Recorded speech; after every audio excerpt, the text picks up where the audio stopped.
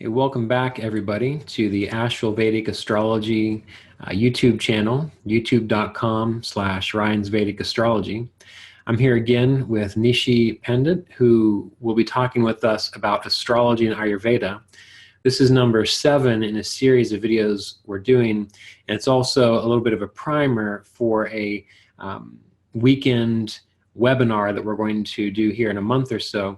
So if you're interested in learning more about Ayurveda and astrology after these videos, look at the information section below this video, and once we have it all worked out, we'll put a link there so that you can find out more and learn how to register and participate. Okay, welcome back, Neeshee. It's good to have you again. Thanks, Ryan. Good to be here. Good. So today we want to tie together a little bit of everything we've been discussing. We want to start with the idea of why it's important to look at and combine Ayurveda and astrology, number one. And then in the second portion of the video, we want to spend some time discussing looking at a chart and general kinds of techniques we can use to either get a sense of a dosha or get a sense of strengths for health or illness within the chart. So that's our plan for today. So to kick it off, you are primarily very much into Ayurveda and all these different forms of healing, and you're also a wonderful astrologer. So in your experience, how is it that you find Ayurveda and astrology to be so important to be practiced together? Well, in a way, I'd say it was a very organic discovery. And even though it's traditionally understood that these two things should go together, and in traditional times, as I've said before, they weren't even conceived of as distinct sciences. It was understood that one was 50% and the other was the other 50%. And you didn't do medicine if you didn't know astrology. You didn't do astrology if you didn't know something about medicine. That was the traditional understanding. So I think I got some taste of that when I was studying Ayurveda, but not really. I mean, most Ayurvedic practitioners they're not astrologers. A lot of them get interested in it, but most of them aren't astrologers. And I was just practicing, I was seeing patients, and I just felt like, there's some part of the picture here that I'm not quite seeing enough of. It's like I'm doing the pulse, I'm seeing the tongue, I'm talking to them, I'm observing them, I'm trying to get a sense of what's going on, why is it happening. But I just had this sense of like a missing element. And I started looking at charts because I thought, well, this is what people used to do. Let's just see like if I can make any sense out of it. Started studying astrology. And I thought, wow, this makes so much more sense. Like, this is why the person had this issue during this time. This is why all this is happening. And it just allowed me to conceive of it at a whole other level. So I got the sense that astrology, reveals more of where are these influences coming from? Where are these energies, these imbalances coming from? Not all of it is coming from people who just don't know how to eat well. That's not all of it. Right. Yeah, and I think a lot of people, make some mistakes when they're thinking about their health and their well-being. They will say things like, I've been doing all of this I'm supposed to be doing, going to bed at the right time, eating right, taking the right herbs, yet I still have this issue or I still have this problem. And I think one of the things that astrology helped me see was, like you're describing it there, is a whole other layer or level of experience that plays into this. And so, people often sometimes have asked me, well, why should I worry about eating right or exercising or doing all these things if things are going to happen anyway, if fate or if these astrological influences are going to happen anyway? And I'm interested in what your response is. But my response always was, well, if you're taking care of yourself as best you can, well, then when these negative influences come in, you're going to be much better supported and you're going to have a lot more reserves to actually make it through, versus someone who might not even care about their diet or care about exercise or care about taking care of themselves. When a difficult transit comes along, it has more of a capacity to crush them because they have not built themselves up to endure that kind of a thing. So from your perspective, when you're talking to people who are doing their utmost best, but they still have influences coming from astrology or genetics or so on, how do you speak to them about why it's still important to take care of yourself, even though fate might kick your ass at some point? Well, I think it's an interesting question. And what is the import of even understanding, the correlation between the macrocosm and the microcosm? Like, why is that even important? If everything's just going to happen, then maybe we can get like some nice sense of what's going to happen and relax a little bit. And that's the great import. But I don't think that's really the great import.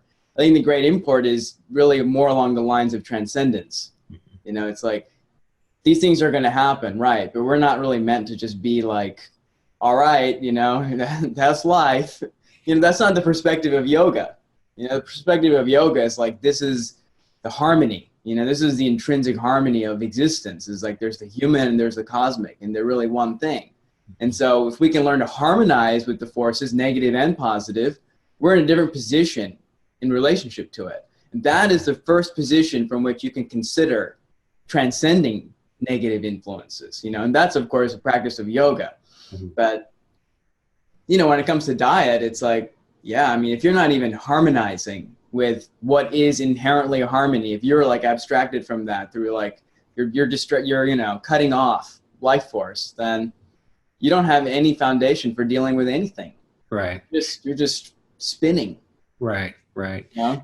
And so when you're working with a client, you know, we discussed this in a previous video, how, at least in my experience, when Ayurvedic practitioners would refer individuals to me, it was usually because there was something they couldn't quite figure out. There was something that, even though they read the pulse, they looked at the tongue, they couldn't quite figure out why the person either wasn't responding or why they weren't getting the kind of breakthroughs that they needed.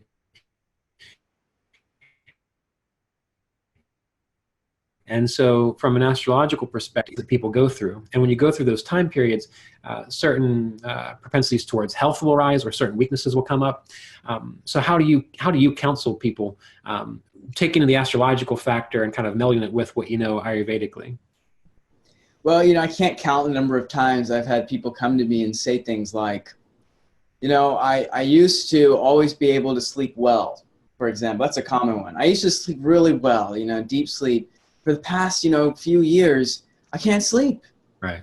And it's like this really unusual thing to them. I said, okay, well, what did you change in your diet? You know, what changed in your lifestyle? Most of the time, there's just been no change at all. They're just the same as they were before. And it was usually, you know, let's say that it was typically pretty healthy, you know, nothing out of the ordinary. It's not like a buildup. Right. It's like, oh, you know, you were really going down the wrong track and now you're paying for it, you know, all of a sudden. It's not exactly that. And you pull up their chart and it's like, there's always some kind of a Saturn transit, you know, the Saturn transit, or they're in Saturn dasha or something, you know, and it's like, well, and it's right at the time when they complain about it. It's like, this is when it started. It's like, well, this is when it starts. That's part of what's causing this imbalance for you. And you have to help people understand like what that influence is all about. Yeah, I think that's very important, especially helping them see that there's an ebb and flow of experience. Right. Using the idea of the transits, you're going to have Saturn come in for 2.5 to 3 years in a particular sign, so he's going to be doing something there. So if he hasn't been there for the last 27 years and you're only 25 years old, well, it's going to be a radically different experience than you're used to. Exactly. Even the same thing with dashas. I remember there was a time when I would sleep a lot. Like I would take a lot of naps during the day. And it never really occurred to me of that being an issue until someone said to me, you know, gee, you sleep an awful lot. Are you okay? And of course I checked myself out and I was just fine. And I was confirmed that I was fine by medical community. And looking back, I realized once I finally learned more about astrology and Ayurveda and medical astrology, during that time, I was in a very intense 12th house dasha time cycle. So I was spending a lot of time in bed, and I wasn't sick. I was just spending a lot of time sleeping and meditating and this sort of a thing. And then I thought it was odd when a dasha shifted and went more into a 10th house influence. And I wasn't able to nap anymore. I wasn't able to sleep as much or stay in bed as much. I didn't have insomnia. But then what happened was that 10th house got activated. So I was spending more time working hard, you know, working on things that were building a successful future and so on. So I think that transits as well as dashas give a person insight into just how their life is expressing. And the reason I think that's important is because I think too many people get caught up in, oh, you're sleeping all the time, so therefore there must be something wrong with you. When really it just might be, maybe you can see in the chart that you're in a period where you're supposed to be away from the world, retired, you know, away in an ashram or in bed or whatever it might be. So I found that to be one of the more useful things when it comes to counseling others who particularly tend to be more hypochondriacs and worried about everything. Yeah. One of the issues with Ayurveda is that, it's a system of medicine that was conceived of in, Vedic times. Mm-hmm. And if you look at Vedic civilization, Vedic culture, it's a highly ritualized culture. Right. That was their primary mode of relating to the divine. It was very ritual worship, right? And that was, of course, very astrologically based, but they also have a lot of rules for that reason, right? It's very systematized. And so Ayurveda also can come across to people as like a static system. It's like you just do this and you should always be in this kind of a state. Right. And that's kind of a superficial understanding that misses a lot of, what's being meant by all of that. But at times you really can get this impression like no matter what's going on, you should always kind of be in this state as long as your doshas are balanced, you eat a tridoshic diet or whatever, and you just follow all these rules. You wake up, before the sunrise, and you eat lunch at noon, and you do all these rules. There's like endless things to do the whole day. If you look at Ayurveda, your whole day is gone, man. You're just eating Ayurveda. And if you do that, you're supposed to think I'm okay. But what people inevitably realize is that even when they do all those things, they're not okay. Mm-hmm. And then they can't account for that. And that's because there's a dynamic, right? And that dynamic is what we see in astrology. That is the dynamic, right? That's the import, is to actually see what is the dynamic of a person's life, that there is an ebb and a flow. What is its exact nature? How do you tell a person what's going on? How do they deal with it? Right. Maybe during this time of their life, they need to adjust their diet a little bit.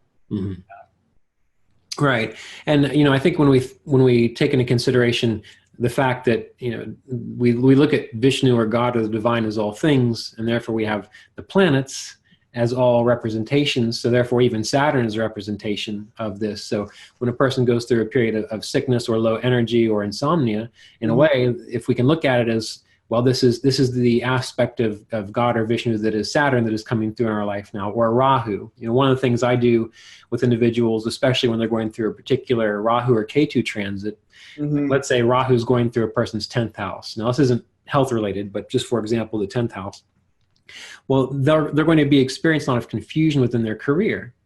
And so I often tell them that when Rahu's transiting a particular point like this, that this is a brainstorming time period. This isn't necessarily a time period where you go out and say, by God, I'm doing this and I'm going to be successful in this way. You have a lot of confusion and a lot of mist and darkness and smoke because you're trying to find your way through and you need to brainstorm what you want to be when you come out the other side. Mm-hmm. So even planets like Rahu and Ketu, I think, can give, if we can understand their transits, we can give people information about what a good expectation is for life at that time. And with Ayurveda, I think what you're describing, no matter how perfectly you do everything, there still will be times when you just have to kind of work through some difficulties. So in my experience, as you seem to mention here, the combination of Ayurveda and astrology can give people perspective on just what should you expect in life at this point, and that it's okay because that's part of how life is expressing through you. Is that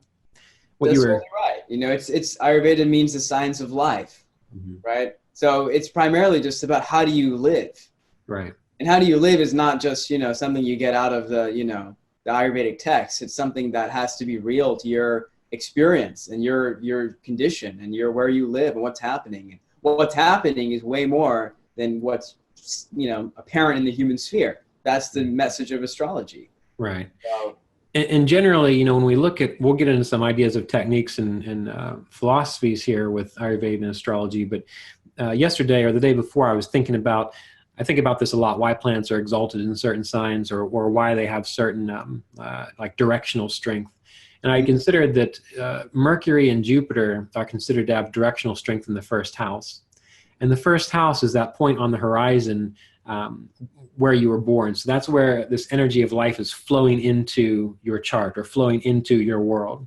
Mm-hmm. If you think about it, well, Mercury and Jupiter have directional strength in the first house. And why is that? Because now they're going to welcome in and color and help grow this life force, this prana, which is going to come into your body, into all of your bodies. And Mercury is going to help you manage it well. Right. But then when we think of Saturn has directional strength in the 7th house, not in the first. Mm-hmm. So the reason when we have Saturn in the first, it can cause problems because Saturn is that block. So Right. Saturn can block that flow of life force coming in. But if it's in the seventh, which is as far away from the ascendant as you can get, the reason it works well in the seventh house is because it is working like a principle of brahmacharya, where it's almost acting like a cap to keep that energy and to keep that prana in your life, in your body, circulating within your body. The restraint that you need. Exactly. So I'm curious, when you are looking at a chart and you're looking at where planets are placed, this idea makes a lot of sense. But sometimes you see, for example, Jupiter in a person's first, and it might not necessarily contribute to health. It might contribute to too much stagnation, or not stagnation, but too much fat in the body. What's that? Too much weight. Too much weight, yeah, too much heaviness, guru. Mm-hmm. So when you're thinking about these kinds of things like benefics and Jupiter and so on, do you follow those hard and fast rules like a lot of people do, such as Jupiter's in the first, so therefore you're going to have excellent health? Or how do you approach that? I would say I have really no hard and fast rules. Okay. In a way, I mean, it's important to know all those things, but mm-hmm. the way it plays out for people is usually so complex. Mm-hmm. Because it's in the context of everything else in their chart, and so you can't necessarily say that, Right. So if you had, for example, Jupiter in the first, like I know someone with Jupiter in the first who was born with leukemia. Right. Okay. That's so you're always going to find those kind of things. Right. Right. Well, that's interesting. Yeah. Well, we don't need to get into that. That brings up a lot of things. That's a whole other topic. Yeah, that brings up a lot of things. A simple example that came to my mind was someone who has, for example, Jupiter in their first house, but maybe they've got their ascendant Lord with Saturn in the 12th. Mm-hmm. At the outset, it can make a person think, oh, well, there's going to be all these opportunities to good health. But, Ernst Wilhelm, and you might have been there when we were discussing this too, brought up the idea that while the ascendant plays a big role, the ascendant Lord also plays an important role. So if the ascendant is strong and supported, and Jupiter does help in that regard, but if the ascendant Lord is in a difficult situation, such as 6th, 8th, or 12th, again, depending on how the other things play out with the ascendant Lord, that can still contribute to sudden breaks and changes in health with 8th house position, or a lot of emphasis towards sustaining health, 6th house position, or just really kind of working on developing enough energy and stamina to be in the world, 12th house position. So exactly. What's ultimately happening with the ascendant is going to be seen from the ascendant Lord. Right. And I will say that the person's example that I just gave did overcome their leukemia early in life. So mm-hmm. that's a nice kind of Jupiterian event in a way. It's like you're born with leukemia. You came through it, Right. You've never had it since. Right. And I think you bring up a good point there, that just how complex the chart is, and that there can be difficulties in the chart. And for example, a good Jupiter can help you overcome them. And one thing that comes to mind, someone recently sent me some questions for one of their papers they were writing for this astrological apprenticeship program that we do.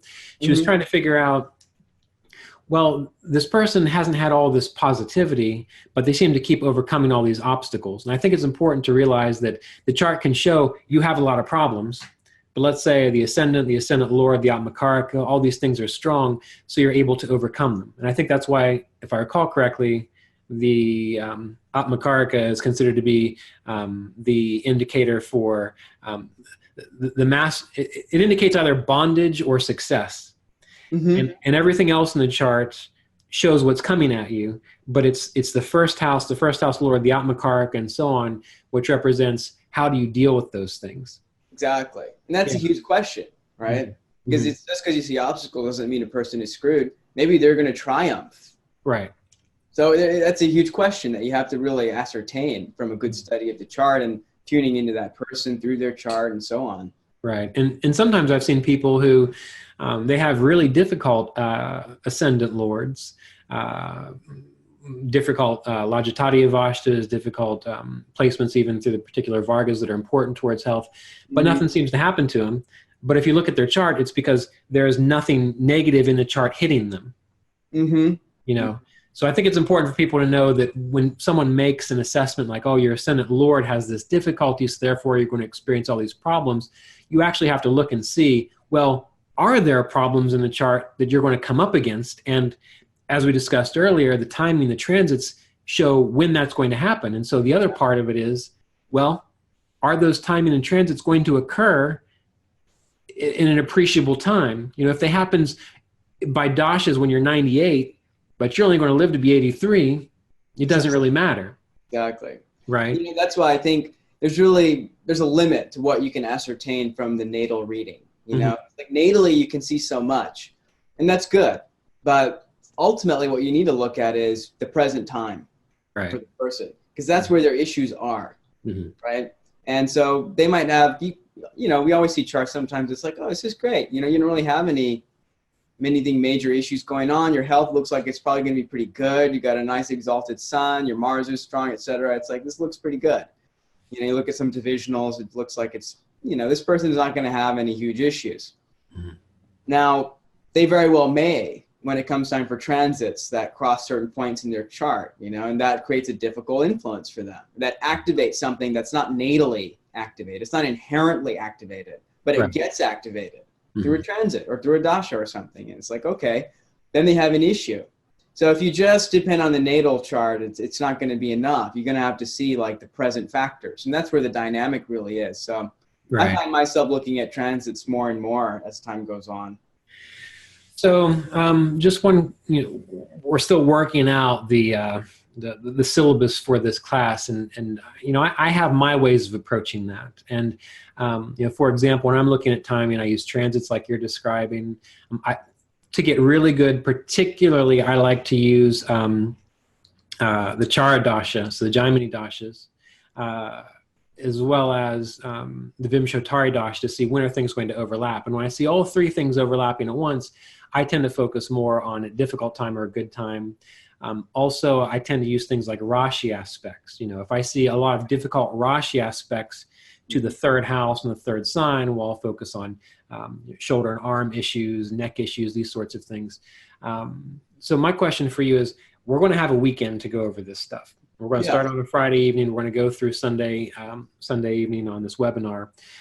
So what do you anticipate that we will be able to focus on and get through and help people understand during this time? Well, I think the main thing people should try to understand, and that we'll try to help people understand, is when you're looking at a chart, how do you understand, you know, having understood everything we would have gone through by then, like what the grahas are and what their qualities are and how that is reflected Ayurvedically, and the Rashis, how that's reflected Ayurvedically. How do you read that, you know, because you're going to now be seeing planets in signs. Right. Now, and then there's going to be aspects. And then there's going to be, all, you know, all kinds of things going on. So how do you understand that dynamic influence? Because you might have, you know, a fire planet and a water Rashi, you know, things like that. So how do you really, what do you get out of all of that? I think that's going to be one of the main things that we're going to need to explain. The other thing is, what else do we look at? Well, there's also, you know, there are divisional charts. I don't know if we're going to get into all of that, but, you know, the D30 is an important chart to look at. And I also use Nirjana dasha. That's a, you know, one of the Jaimini dashas to look at health. And there's also houses, the sixth house, and influences to the sixth house, the sixth lord. Right. So probably what we'll get into with this first weekend webinar, because I have a sense that we might actually do a few of these. It seems like it might be a good idea to begin with looking at sort of understanding the chart statically, because when we start to understand the chart statically, we'll get into things like houses, signs, and what the planets represent related to health and well-being. And then maybe, I actually have an idea of doing 3 of these. So the first one's static, the next one taking some time to go deeper into, for example, looking at Scorpio and Aries as representing the nervous system. And looking at that statically, and then maybe a third course looking at how does this move now? How do we kind of check out the particular dashas to get a sense of, all right, well now what is being activated, and then taking in the transits and so on, and then of course maybe bringing in the Vargas. So there's a lot of things we could go into with this, but it seems like the first one will probably focus on the static application. Because if you understand this, cut out on me, Neeshee. You still there? it would be good to focus on the static chart, because once you have a grasp of all of that, you can pretty much apply it to anything. Transit's the same principles basically that you're going to be using. So if we can just understand how the planets and the Rashis and all that interact with each other first. Right. Okay. Well, let's take a moment. Let's take a moment to actually look at a chart. And again, we're going to do this generally. We're going to kind of get a sense of when Neeshee looks at a chart, what are the things that jumps out at us, so that then when we get into the course, we'll kind of pick apart the formula that allows us to see this. So let's pull up a chart here, and I have one ready. Share screen. There we go. Okay, so this is a chart specifically related to an individual with Crohn's disease. Now, there's numerous ways that you can approach this. So from your perspective, when you first look at a chart like this, Neeshee, what is the very first thing that you're drawn to? What is the very first thing that you pick up on to start to define how this person's health and well-being may be? Well, the first thing I see is the sun is debilitated. And I see that the moon is pretty strong and Mars is in his own sign. Those are the first things I'm noticing. Okay. Because that tells me a lot. I mean, the sun is like major planet for our vitality and our health. So I already know there's kind of an innate weakness there in the person. So how is that going to play out? Well, we have to see, but that's definitely concerning. Right. And the fact that it's placed in the 6th house, I'm assuming that would kind of contribute to the difficulty in the digestion or digestive area. Yeah, definitely. And this is not somebody who's going to have strong digestion by any means, or maybe even a lot of energy. But, you know, Mars is strong, you know, so that's interesting. But it's also combust. You know, I always find it funny when you have the sun not doing so great, but you have Mars doing so great. This is kind of like those conditions in Ayurveda where somebody says, you know, you have high pitta, low agni. It's like, well, how do you understand that? That's kind of this paradoxical notion, but that's what this is. Well, it creates more, I mean, so when you think about that, the idea of high pitta and low agni, is that more of a situation where, I guess metaphorically, the fire is just making all kinds of smoke rather than burning cleanly? It's like they have all the fuel, but they have no flame. Oh, I see. I see. Okay. These people are like, you know, even psychologically, like pretty riled up, you know, but nothing quite is produced from that. There's just a lot of energy that doesn't quite produce that which it needs to, which is the flame of digestion. Right. And so when you look at, for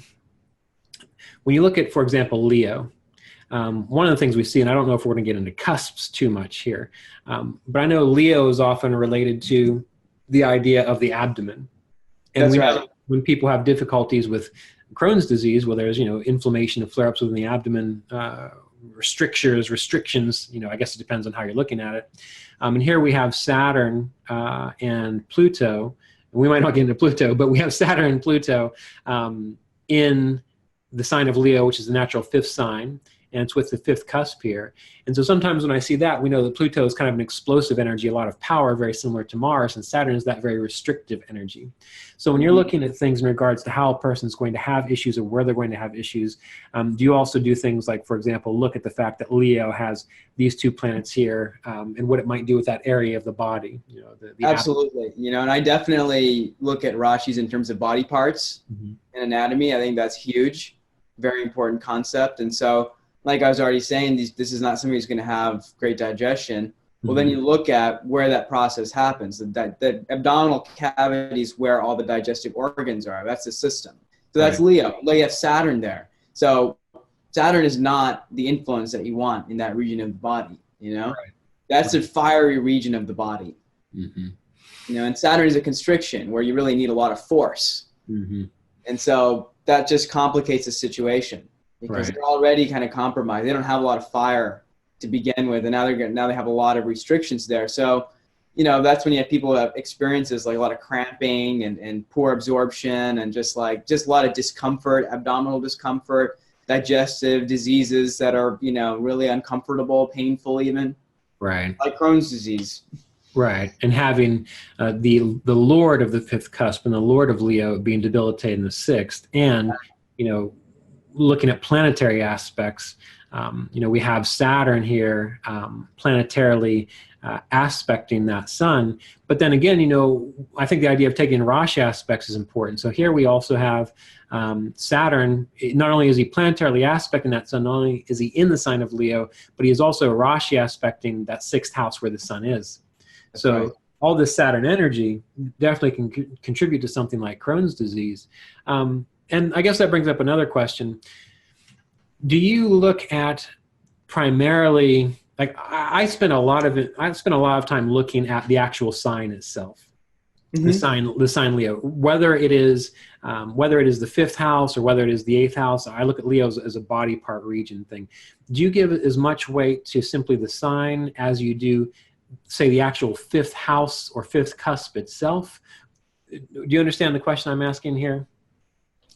Yeah, I see what you're saying. I would say I give more weight to the sign itself. The sign, right. Okay. I do, because it has that body part connotation. Right. And, that's ultimately what the planet has to flow through. Right. In the Rashi. And so I look at that. I look at the cusps more to see, where exactly all of this is going to play out. Mm-hmm. Not just in terms of the body, but life. Right. And with this chart here, we do see that we have, we've got the sixth lord, Venus, going into the seventh house here in Scorpio with Mars. And so in that kind of situation, I would often consider the fact that the sixth lord being with a fiery planet can tend to cause problems for whatever that planet is ruling over, sixth house and so on. And then looking at Rahu here in the second house, what's in the sign of Gemini. And I've known many people with Crohn's disease. And one of the things I've noticed is they spend a lot of time, which makes perfect sense. So there's no criticism here. They're spending a lot of time focusing on what is the right diet to eat, or what is the thing that will bring them relief. And right. So Rahu here in the second house, which is that area of the foods that you ingest, the things that you take in, Rahu can give that kind of confusion. And I've seen that over and over with people who have health issues that don't seem to respond well, or they can't quite get a doctor or any kind of practitioner to say, look, this is what you need to do. It's almost like the issue is a really big worm that always like wiggles out of your hand and you can't hold on to it. How do you see Rahu in this regard, both in this chart, but also in general when you're looking at a person's health and well-being astrologically and Ayurvedically? Well, in terms of Rahu and Gemini always has that need for experimentation and kind of a trial and error discovery. And so I know that this person is just going to have to try different things. And that even what I recommend is going to be something of an experiment for them. But that's how they're going to find their solution. It's going to take some time. Mm-hmm. So I can kind of counsel them in that regard. Mm-hmm. But also, Rahu and Ketu are some of the major influences for imbalance in people, and so that's usually where the life energy is having trouble flowing. Mm-hmm. And so that's kind of at the root, that's behind a lot of this other stuff, like the sun is debilitated, sure, if you can deal with Rahu Ketu, you're going to be able to deal with pretty much everything else. So I really see Rahu Ketu as kind of senior in a way. It's like that's a subtle level of influence where people's life force is locked up. Right. Then another question that arises, we have a really great moon here. I mean, just generally speaking, the fact that it is really, it's 3 degrees of Taurus, which is powerful placement for this moon, but it's the third lord. Mm-hmm. So it's also a very full moon. It's just past full. So when you're taking into consideration something like a planet which is not necessarily a good planet for a particular ascendant, because the moon is the third lord, which means it's one of the weaker positive yoga breakers. Mm-hmm. You've got it Mula Trikona, you've got it in a really wonderful placement, you've got it a very bright moon, even though it is waning at the moment. How do you pull in that? How do you pull in that experience when you think about the third lord of the moon? It's interesting. This is an interesting chart because, and I'll say that I think this person primarily is probably like a Kapha type person. Mm-hmm. And the reason is, Taurus is an earth sign. That doesn't necessarily make a person Kapha, but in this case it does because their sun is debilitated and they got this really strong moon. So they have way more soma, but they don't have a lot of Agni. So, they're like holding on. This is like a person who has like a lot of nourishment, but they're not able to make use of much that comes in them. They're kind of holding on to everything. They're this reservoir, you know. So on the one hand, they have this nice moon, which allows them to be like these kind of nourished people. But on the other hand, it becomes their liability. Right. They got too much moon and not enough sun. You know, so it's kind of doing two things for them. So when you looked at this, you know, when you think about Taurus as being an earth sign contributing to the idea of kapha, when you think about the moon being full, the moon, and I guess in this situation you're looking at the moon, because we discussed the moon is Vata and kapha, correct? That's right, it's Vata and kapha. So in this situation, you lean more towards the kapha. I am leaning more to, I mean, this is probably a Pitta kapha person because you got that strong Mars in there. But even Mars is in more of its passive sign, you know, which is also a water sign. And so I just get more of a sense of this chart, especially the debilitated sun, that this is a heavier person. Right.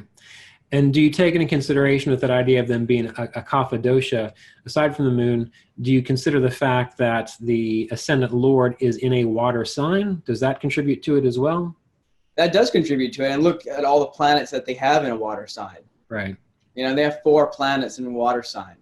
Right. So, and we discussed Jupiter earlier on. So in this situation, Jupiter, do you consider him to be a kapha planet here because he's also in a water sign?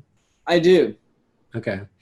So we have all these planets in water signs, and I think it's probably one of the things that we'll, you know, talk about when we get into class is that, you know, oftentimes I've seen when we have so many planets, for example, in earth and water signs, that contributes to, as you're describing here, a kapha type. Or if we have a lot of planets in fire signs, that would contribute to a pitta type. Have you found that to be true as well? I find that to be generally true. Okay. Okay. And you know, in this chart, it's like you have a heavier person, you know, a kapha type person. The Rahu is in Gemini, which is an air sign. So, you know, primarily they're going to be dealing with, you know, Vata type issues. That's the prime cause. And you look at it and it's like they have Saturn in Leo, you know, that's like, so they have Vata affecting their digestive system. Right. Then you look at the state of the digestive system because Sun is the Lord of Leo and it's like, it's debilitated. So, you know, they're like a Pitta kapha type, more on the kapha side, but they do have some fuel in there. They probably have a good appetite, but not the digestive capacity that matches it. Right. And so the idea of good appetite, the thing that draws me to that idea is the fact that Rahu is in the second house. And I've often seen people with Rahu in the second almost having compulsive eating disorders. Is that where you were getting that, or was there something else in there that brought that up for you? That's part of it, but especially the Mars. The Mars. Okay. Yeah, Mars people, you know, when you see anybody with a strong Mars, they typically have decent appetite, you know, and they have a lot of fuel there. Now, whether or not they can actually eat the capacity they would like to is a big question. Right. In this case, it's like totally incongruous. Right. I see. Okay. Well, I would like to look at one other chart before we, you know, conclude for today. But is there anything else you'd like to say about this one? I mean, I think this chart is a wonderful example of Crohn's disease. I mean, sadly. And we just pulled this chart up. We didn't like. We randomly picked this chart out of people who had, you know, different illnesses and so on. So it's pretty good that I think this shows some wonderful. We don't actually know this person at all. Right. So I think, you know, I would say that K2 in a fire sign is interesting. Okay. Because they're kind of struggling with fire element in the chart altogether. Right. And here that K2 in the fire sign, it's like there's something karmic about it. You know, it's like they're not getting the fire that they need. You know. Right. Right. So then I guess one final thing, just generally, this is not going to be something that we go into in the course, I don't think. It depends on how far we get. But so knowing this, you know, seeing this, when you said working with a fire sign and developing more fire or making their fire healthy is part of their kind of karmic path or idea, when you see this chart, what kind of thing would you say to the person about that? Like, what kind of ideas would you give them to help them work with this kind of situation? I would say that they really need to discover, you know, what it is that fans those flames properly for them. And I would make, you know, I'd find out what they eat for one. I think a lot of this is going to be food related. Okay. And I would just say, what are you eating? What's worked? What hasn't worked for you? What has worked for you? And from there, I would actually just give them a diet plan. And I would just say, want you to try these things and then check back in with me. Because, there's going to be changes, right? It's Rahu and Gemini. So talk to me in 2 weeks, after all that, and we'll just keep refining this thing. It's going to be a refining process for them. And when I get that message from them, like, I had this, that really worked. Okay, great. Let's build on that one. Right. And so, I give them some herbs too, to stoke their digestive fire on top of that. But right. And your idea about working with them consistently, I'm guessing that's coming from the fact that it's Gemini. And as you mentioned, they have to experiment with things. So they're not going to just follow the diet I give them, off the bat. And even what I give them is going to need to be adjusted. It's going to be a discovery process for them and for me. So I need to be willing to go down that process with them.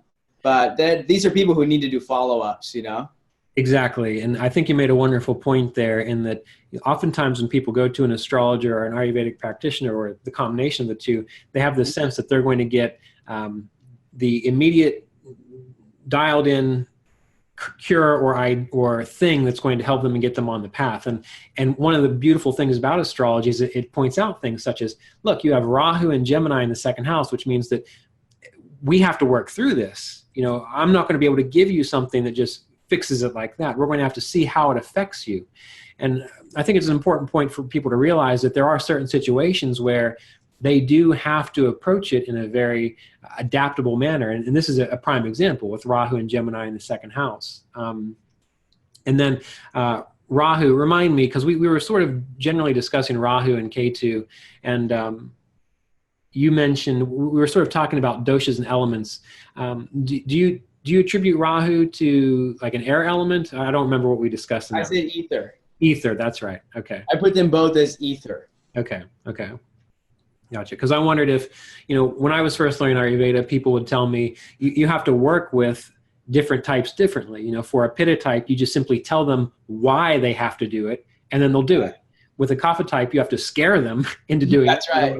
They won't do anything. With a Vata type, as you're describing, you have to stick with it. So even though this is a Kapha Pitta type person, when it comes to the issue, we have to approach it from a Vata experience. And I was thinking, from my experience, I look at Rahu as Vata and Gemini as Vata and so on. So would this play in more from your perspective as simply the fact that it's a Gemini second house? Yeah, and you could also say, there's something Vata about Rahu and Ketu, because ether is part of what makes up Vata, you know. I typically don't think of them in terms of doshas, but that's just my way of separating them as like a more subtle influence than the rest of the planets. Maybe that's just how I map it in my own mind. But you could say that they function more as like a Vata type of influence. They're light and they usually stir things up and cause imbalances at that or more primal level. Okay. So I know when we discussed earlier, you mentioned you had somewhere to be. Do we have a moment to look at another chart, or do you have to go? Yeah, we do. We got time. Okay. Well, let's pull up another chart here. And this is the chart. This is a sleeping disorder chart. Okay, great. Okay. So here we have a chart specific to sleeping disorders. So now, before we jump into the idea of the sleeping disorder, when you look at this chart, what might be one way that you start to get a sense of what is the state, what is the constitution of this person? Well, I'm always going to start with the Lagna. You got to start somewhere. I would just start there. Okay. Like just at a first glance, they're Leo. I'm going to just assume that they have, decent kind of Pitta constitution until I discover otherwise. Or unless that's modified through, my examination of the chart. But working premise is that they're like a Pitta type. Okay. And then what about where the ascendant lord goes? How does that affect the idea? Well, yeah, their ascendant lord is in Virgo. So, now I'm starting to think, well, they might be a little bit more mixed. They probably aren't like a perfect Pitta. Right. Probably a little more going on. So then we have to see what else is that's going on. Right. And the exalted Mercury being, they're in Virgo. Yeah. They're probably more tridoshic, honestly. Especially that exalted Mercury. And Pitta is already pretty proportionate type. They're already pretty medium. There's kind of a balance in that. And then you have all this Mercury. I would say they probably have something of all three going on. See, there's even a strong moon in this chart. Right. Okay. And so again, when we get into the course, we'll go into more details about how to dial that in. And so when you're kind of looking at the idea of a difficulty in this chart, and this one was picked specifically because it was a sleeping disorder. So how does that, for you, when you're looking at this, where would that come from? How would you see that? Well, I would say that, first you have to determine what kind of sleeping disorder are they having. And that would just come from conversation. Like, Pitta people usually fall asleep and then they wake up around 2 or 3 in the morning and they can't go back to sleep. Okay. Vata people have trouble going to sleep. And Kapha people, they just can't wake up. Well, that's interesting. That makes sense. I've never thought about it that way. Yeah. You'll see people usually present with something very distinct in one of those 3. So it's like, okay, so you have a Vata sleep problem. You just can't get to sleep, Or the other thing is that Vata people will wake up, but kind of in a terror, It's like they wake up in panic and anxiety, cold sweats. They just their mind is racing, Right. That's also a Vata thing. And so looking at this chart, the 12th, I often look at the 12th house in regards to how well a person sleeps. And at first glance, it looks to me like having that moon there in the 12th, that it would contribute to good sleep. However, if you look a little closer, it's pretty fascinating. By aspect, we have Mars aspecting that moon to 60 points out of 60. So that's a full-on aspect from Mars. And then we also see that we have Saturn aspecting that moon 48 points out of 60. And those are the 2 strongest aspects on that moon. So in my experience, someone might see this and say, oh, well, I can't even imagine you'd have sleeping problems. But if they haven't taken the time to look at these planetary aspects, they're going to say that. But if they did, then we're going to see some difficulty with this moon. So in your experience, where would that play in, or what other perspective would you use to get a sense of their sleeping issue? Well, I would also add that Rahu is opposite the moon. Yes. Okay. So even just from that, but yeah, it's totally made worse by everything you just said, with the Saturn aspect in particular, and the moon's aspect. Mars aspect. This is somebody who has too much energy in their mind. It's like their mind is not stable. And so I would say that this person's probably having sleeping disorders because they can't quiet their mind enough to go to sleep. Like, there's just too much thoughts, too much anxiety, or they're waking up in kind of racing mind. Right. Yeah, and that's a very good point that you bring up here, and I do hope that we get into it within the class. Is that oftentimes when you look at health issues such as sleep problems and so on, an individual will try to look for a more physical answer, for example, something in the body. But the moon really works on a person's psyche and their emotional nature. And so for a sleeping disorder, having these cruel planets hitting it in the 12th house, that's beautiful, because it can really help a person see, hey, maybe it's not that you need more melatonin. Maybe it's that you need to maybe do some work, meditation, or some body work or so on, to get these anxieties out. Because when you have a Leo ascendant ruled by the sun with Mercury, well, that's great. I mean, Mercury does very well with the sun. However, having that exalted Mercury there with the ascendant Lord, that stimulates a person to be a thinker, someone who really just can't stop thinking about things. Exactly. So, there are multiple levels that we can look at this. Too much mind, and they also have Ketu and Rahu in the first 7th axis. Right. So it could be a lot of relationship strife. They could be also, I noticed if they sleep in the same bed with their partner, they might not do so well. Right. So say more about that, because I found that to be I found that to be true too on certain charts. So from your perspective, where are you getting that from? I'm getting that just because Rahu's in the 7th. Okay. In a way, and because they're already struggling with themselves. Ketu's in Leo, their moon has got some pretty tough stuff going on. They are not at peace, mentally and emotionally. So when you're not at peace with yourself mentally, emotionally, you bring another person into this scenario, and you have Rahu in the 7th house, you're not prepared to make use of, all the psychic output of that other person, which is guaranteed to be not, completely balanced, because they're human beings. Right. So this person is just going to get overwhelmed. They're not going to be able to deal with that. And if they sleep next to their partner, their psyche is mingling, and they're not even ready to mingle with their own psyche. Right. And that's, from your perspective, that's coming from this idea of Rahu and Ketu being on the 1-7 axis, correct? Yeah, and the fact that they're suffering with their moon. Right. Okay. And having sleep disorders, you know. Right. Exactly. That's part of it. Yeah. Okay.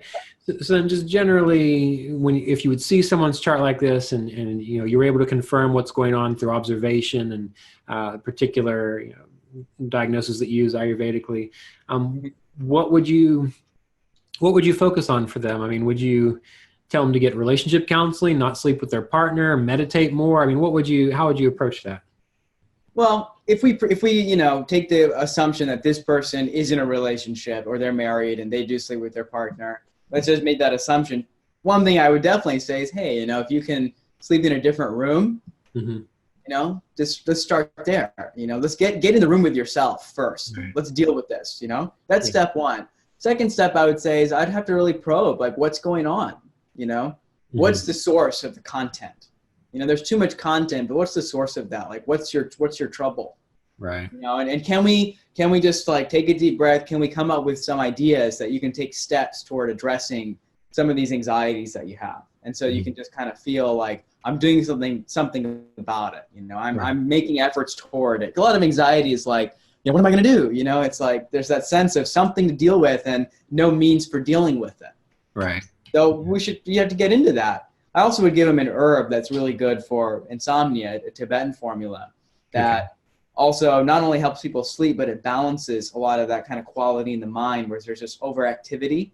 And it helps people kind of get a balance, you know, and then they can meditate and they can approach it, you know, in a different way. Right. Okay. But meditation for sure too. I mean, they got to do some pranayama, some meditation. They got to start working with the energies, you know? Right. All right. Well, that's good. So I'll just go ahead and close out this chart here. Let's see if I can figure out how to do that. Stop share. Okay. So this is just some general ideas of, you know, how you can start to look at a chart. And again, you know, from the beginning, I think what we're going to focus on is how to look at the chart statically, what the signs represent, what the planets represent, and how these things intermingle together to see what are we looking at Ayurvedically in the chart. Does that sound accurate to you, Neeshee? Sounds very accurate. Okay.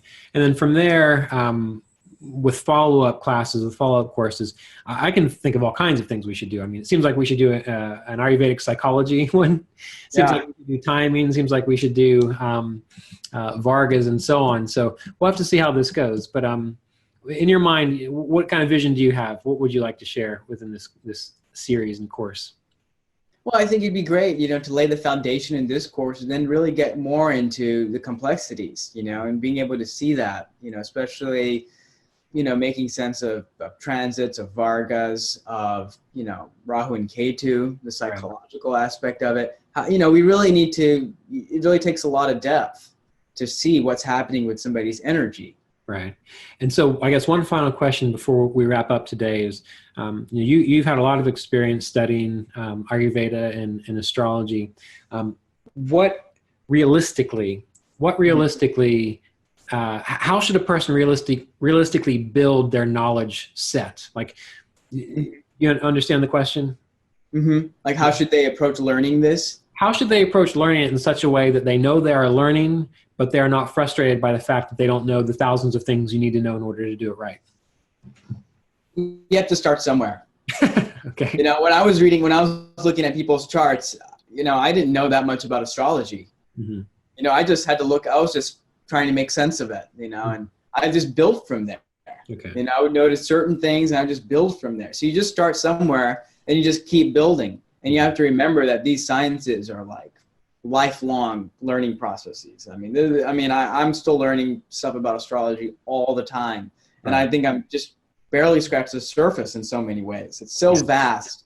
But you have to find certain things to focus on and just go into that. Learn it at a textbook level. That has to be there. But then you just pull up charts, people you know, like put it into practice, whether you know it very well or not. You just have to jump into it in a way. That's what I recommend. Just jump into the stream.